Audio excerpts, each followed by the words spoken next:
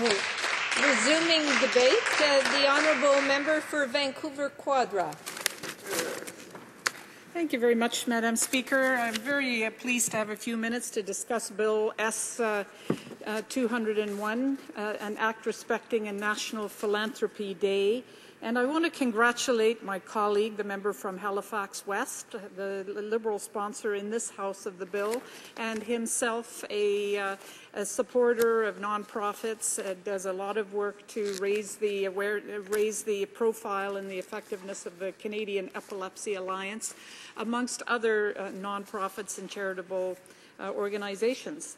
Also, I'd like to mention that Bill S-201 was sponsored in the other place by Liberal Senator Terry Mercer, who throughout his esteemed career has been a tireless advocate for philanthropy and fundraising.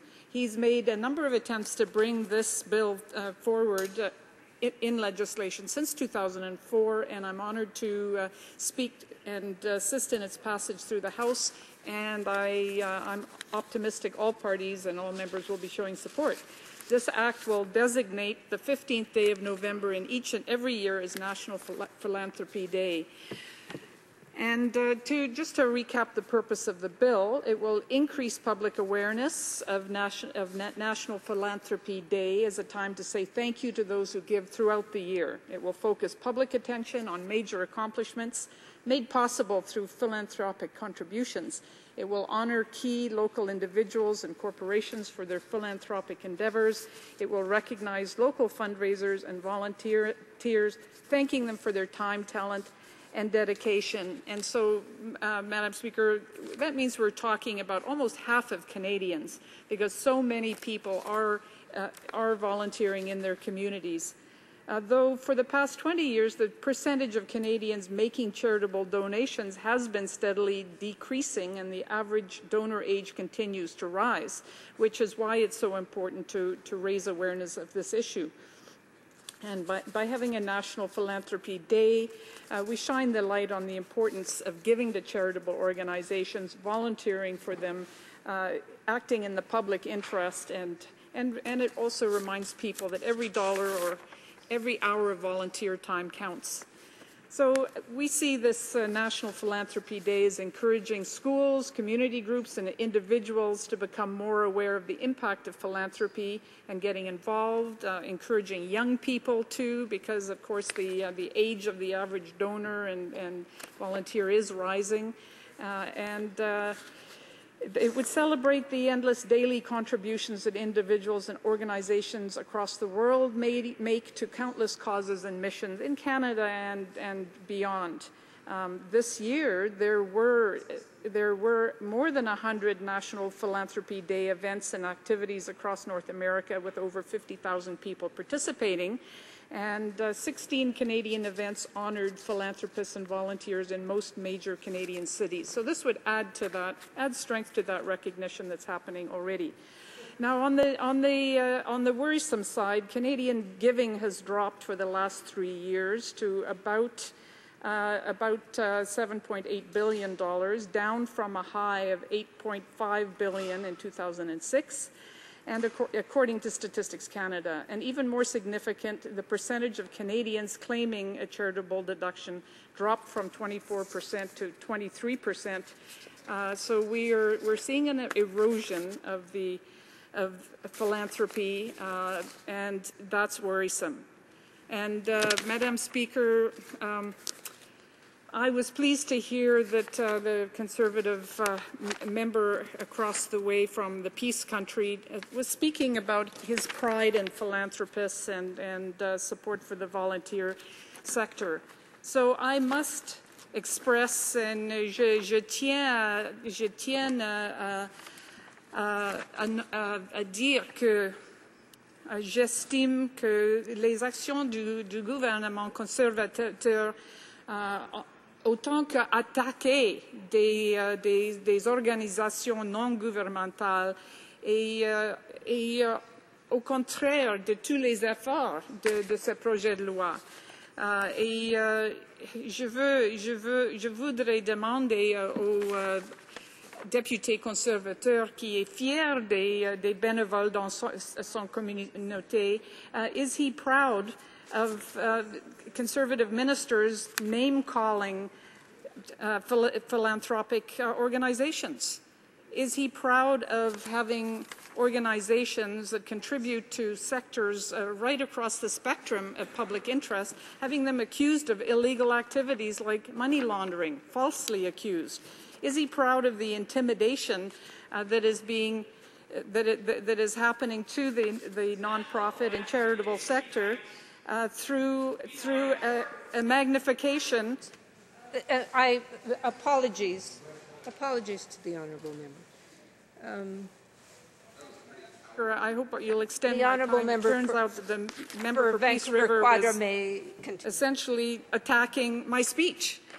But so I'm asking whether he's proud of the intimidation through auditing. This is a government that has cut funding for important organizations that do volunteer work and do charitable work. But they were able to find $8 million to add to the Canada Revenue Agency for the specific and sole purpose of auditing to intimidate nonprofit groups. Is he proud of that? Is he proud of the defunding of organizations who dare to speak out and say something the government doesn't like? Is he proud that we are stifling debate and democracy in this country? I hope he's not. And I hope that, that the support for philanthropy and philanthropic organizations shown by conservative members will cause them to rethink the systematic policies of intimidating nonprofit groups that speak out. Madam Speaker, democracy is about speaking out. It is about dissenting. It is about telling a government of whatever stripe when the organization believes that that government's on the wrong track or is missing an opportunity to improve people's lives. That is the function of civil society, and that is the function of many of these nonprofit and philanthropic groups. And they need to be free to be part of our public policy debate in this great country. Now, the charitable sector is huge and enormous in Canada, with more than $100 billion in annual revenue. So think about the contributions it's making to the public good. The charitable sector is approximately equal in size to the economy of British Columbia. And furthermore, it is made up in Canada of more than 160,000 organizations, over 1.2 million paid staff, that's a lot of jobs, and 6.5 million volunteers. Madam Speaker, pour les bénévoles de ces organisations et ces groupes, qu'est-ce qui est l'impact d'avoir un gouvernement qui attaque les organisations pour lesquelles il travaille ou il contribue des fonds? C'est énormément difficile pour les citoyens du Canada qui sont clairs, qui veulent contribuer à l'intérêt public, mais qui ont un gouvernement qui attaque leur organisation. So we Canadians are recognized for their generosity and compassion around the world, and I hope that we can maintain that that profile and that recognition in the midst of a time period where the Conservative government is defunding organizations, some of which that have international reach, helping people that are the poorest of the poor in other countries. Many of these charitable organizations work in my constituency of Vancouver Quadra, which has a wide variety of charitable efforts and people who are contributing to those efforts, from affordable housing, from protecting women in situations of family violence, philanthropy in terms of arts, dance, opera, theater. The Kitsilano Showboat, for example, is a wonderful example of a philanthropic and nonprofit organization that enriches the lives of people throughout Vancouver Quadra.